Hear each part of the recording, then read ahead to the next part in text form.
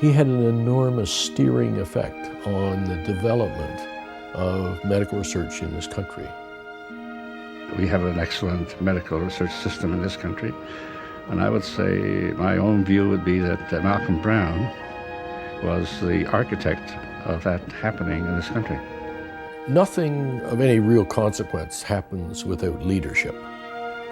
And that's what Malcolm Brown brought, leadership.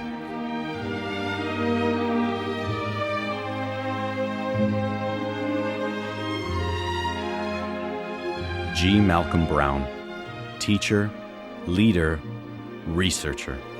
And when the US-based National Institutes of Health pulled back funding to Canadian research, he became a builder, becoming the first full-time president of the Medical Research Council of Canada.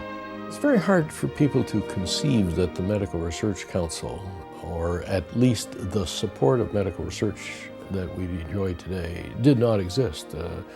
During the war, before the war, the support for research of any kind in Canada was very, very thin indeed. And there was, during that period,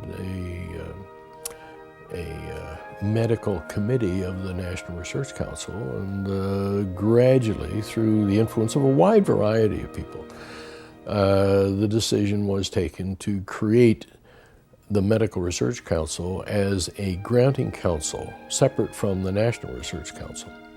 And the choice of Malcolm Brown, in my view, was an inspired one to head that organization. He set the base, and with the fact that we are competitive on the world scene, I think was set because of Malcolm Brown.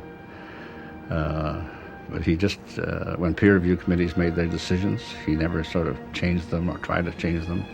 He says that's the peer review, even though there might be a lot of political pressure. He just kept his stance. He was very, very strong. A natural leader, Malcolm Brown insisted on excellence, clarity, and quality. Malcolm was a very wise man. I recall a story. One time a colleague and I had need of a machine, a very expensive machine. At very short notice, my colleague and I went to Ottawa to see Malcolm Brown, President of the Medical Research Council, to ask him to buy from the President's fund, his discretionary fund, this piece of equipment for us.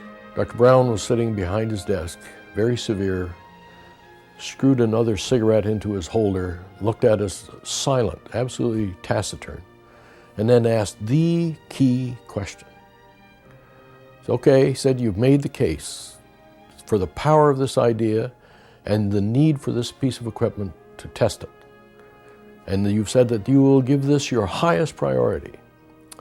Before I decide to give you the money, I have one question.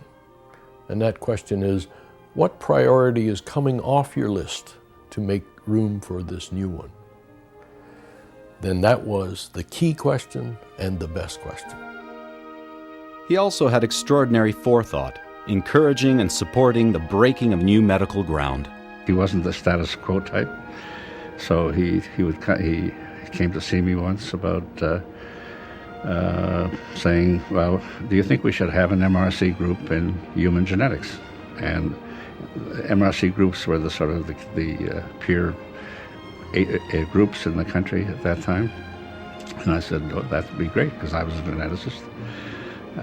He said, well, let's do it. You do the peer review and we'll choose one. And that's what we did. Malcolm Brown had a distinguished career as one of Canada's great medical leaders. He died at the age of 60 during his presidency of the MRC. The memory of this great man needs to be preserved and celebrated, because we all stand, as the old saying goes, on the shoulders of a giant. And one of the giants in our past in health research in this country is Malcolm Brown. You never know what another person would do in the same job. You can't do a controlled experiment. But Malcolm just did a great job. And I think we all owe a great debt to Malcolm Brown. He was a remarkable human being, as well as a great man. And I miss him, and many people do.